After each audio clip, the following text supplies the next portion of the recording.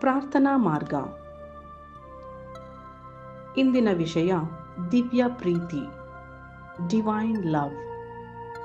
ಪ್ರಿಯ ಸಹೋದರ ಸಹೋದರಿಯರೇ, ಯೋಹಾನ ಶುಭ ಸಂದೇಶದಲ್ಲಿ 14ನೇ ಅಧ್ಯಾಯ 15ನೇ ವಚನದಲ್ಲಿ ನಾವು ಕೇಳುತ್ತೇವೆ, ನೀವು ನನ್ನನ್ನು ಪ್ರೀತಿಸಿದರೆ ನನ್ನ ಆಜ್ಞೆಗಳನ್ನು ಪಾಲಿಸಬೇಕು. ಹೌದು ಪ್ರಿಯರೇ, ಕ್ರಿಸ್ತನ ಪ್ರೀತಿ ಈ ಲೋಕದ ಪ್ರೀತಿಯಂತೆ ಕೇವಲ ಲಾಭ ಮತ್ತು ಸೌಕರ್ಯಕ್ಕೆ ಕಟ್ಟಿಕೊಂಡಿರುವುದಲ್ಲ. ಅದು ದಿವ್ಯ ಪ್ರೀತಿ, ಶುದ್ಧ, ತ್ಯಾಗಮಯ, ನಿರಂತರ. ಈ ತಪಸ್ಸು ಕಾಲವು ನಮಗೆ ಈ ಪ್ರೀತಿಯ ಗಾಢತೆಯನ್ನು ಅರಿಯಲು, ಅದರಲ್ಲಿ ಬೆಳೆಯಲು ಮತ್ತು ಅದನ್ನು ಮೆರೆಸಲು ಅವಕಾಶ ನೀಡುತ್ತದೆ.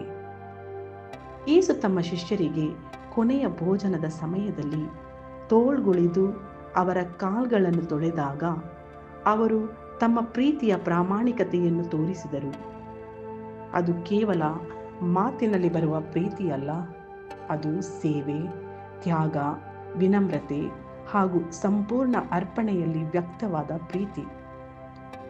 ಯೇಸು ನಮಗಾಗಿ ತನ್ನುಕೊಟ್ಟು ರಕ್ತ ಸುರಿಸಿ ಮೃತ್ಯುವನ್ನು ಸ್ವೀಕರಿಸಿದರೂ ಅವರ ಪ್ರೀತಿ ಕ್ಷೀಣಿಸಲಿಲ್ಲ. ನಮ್ಮ ಬದುಕಿನಲ್ಲಿ ನಾವು ದಿವ್ಯ ಪ್ರೀತಿಯನ್ನು ಹೇಗೆ ತೋರಿಸುತ್ತೇವೆ? ಲೌಕಿಕ ಪ್ರೀತಿ ಸ್ವಾರ್ಥದಿಂದ ಕೂಡಿರಬಹುದು, ಅದು ಪ್ರತಿಫಲವನ್ನು ನಿರೀಕ್ಷಿಸುತ್ತದೆ.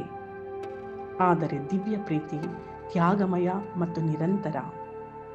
ನಮಗೆ ತಿರಸ್ಕಾರ, ನೋವು, ನಿರಾಸೆ ಎದುರಾದರೂ ಸಹ ಆ ಪ್ರೀತಿ ಅಚಲವಾಗಿರಬೇಕು.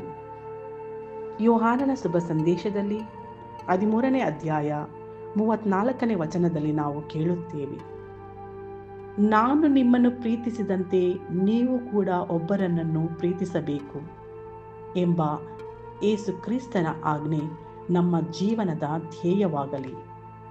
ಹೌದು ಪ್ರಿಯರೇ, ಈ ತಪಸ್ಸು ಕಾಲದಲ್ಲಿ ನಾವು ತ್ಯಾಗಮಯ ಪ್ರೀತಿಯನ್ನು ಅಭ್ಯಾಸ ಮಾಡೋಣ.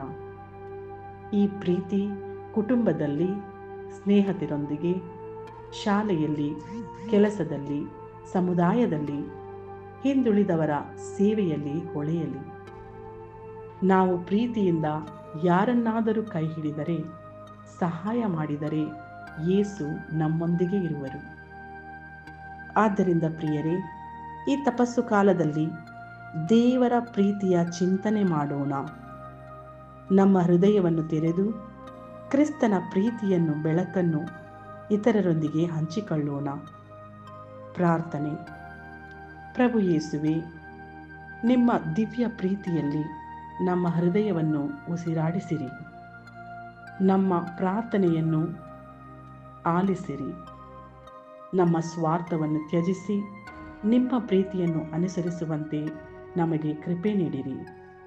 ತ್ಯಾಗ, ಸೇವೆ ಮತ್ತು ವಿನಮ್ರತೆಯ ಮೂಲಕ ನಿಮ್ಮ ಪ್ರೀತಿಯನ್ನು ಮೆರೆಸುವಂತೆ ಮಾಡಿರಿ.